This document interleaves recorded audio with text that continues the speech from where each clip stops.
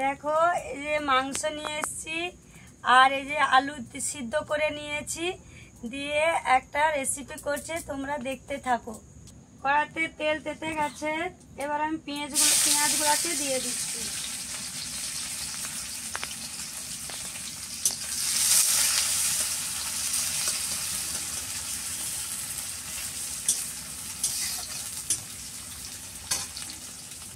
রসুন বাটা দিয়ে দিলাম।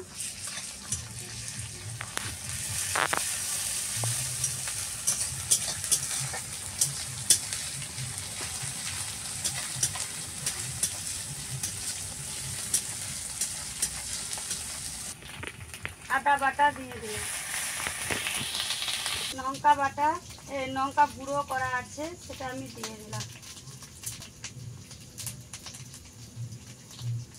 নুন, জিরা ধনা গুঁড়ো,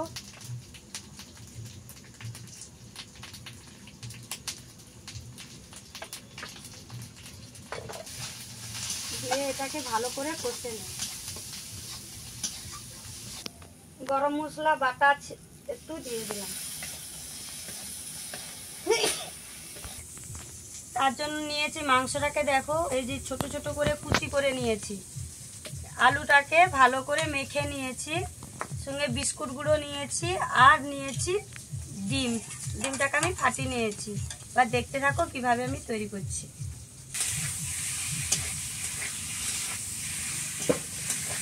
মাংসটাকে দিয়ে একটু কষে নিচ্ছি।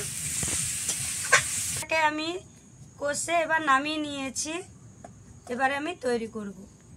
মাংস আর আলুটাকে আমি মেখে নেব।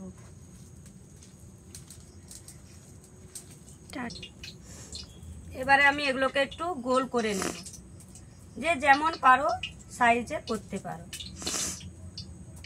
দেখতে পাচ্ছ, এইভাবে করে নেব।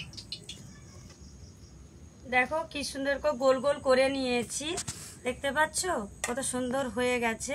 এবারে এই যে গোলটা করেছি ডিমেতে দিয়ে দেব। দিয়ে এই হাত দিয়ে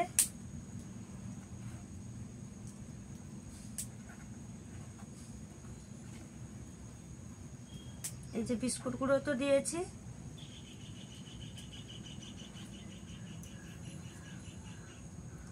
আবার একবার দেবো।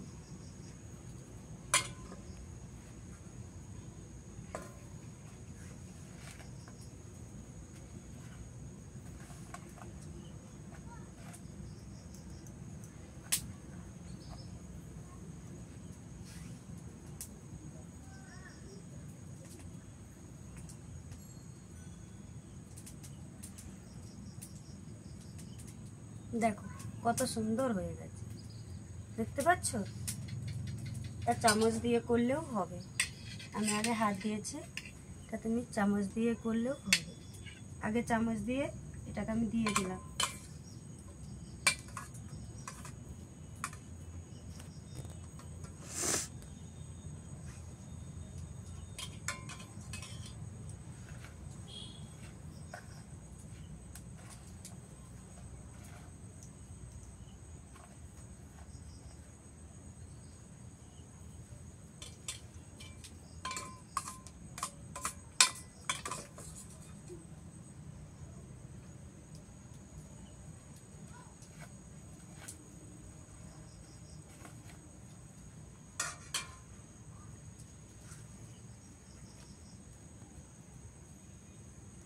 দেখো কত সুন্দর বিস্কুট গুঁড়ো দিয়ে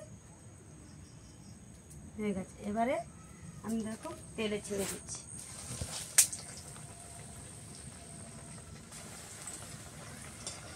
দেখো কত সুন্দর ভাজা হয়ে গেছে। এবারে আমি এগুলো সব একটা একটা করে ভেজে নেব। আমার তুলা হয়ে তৈরি হয়ে গেছে।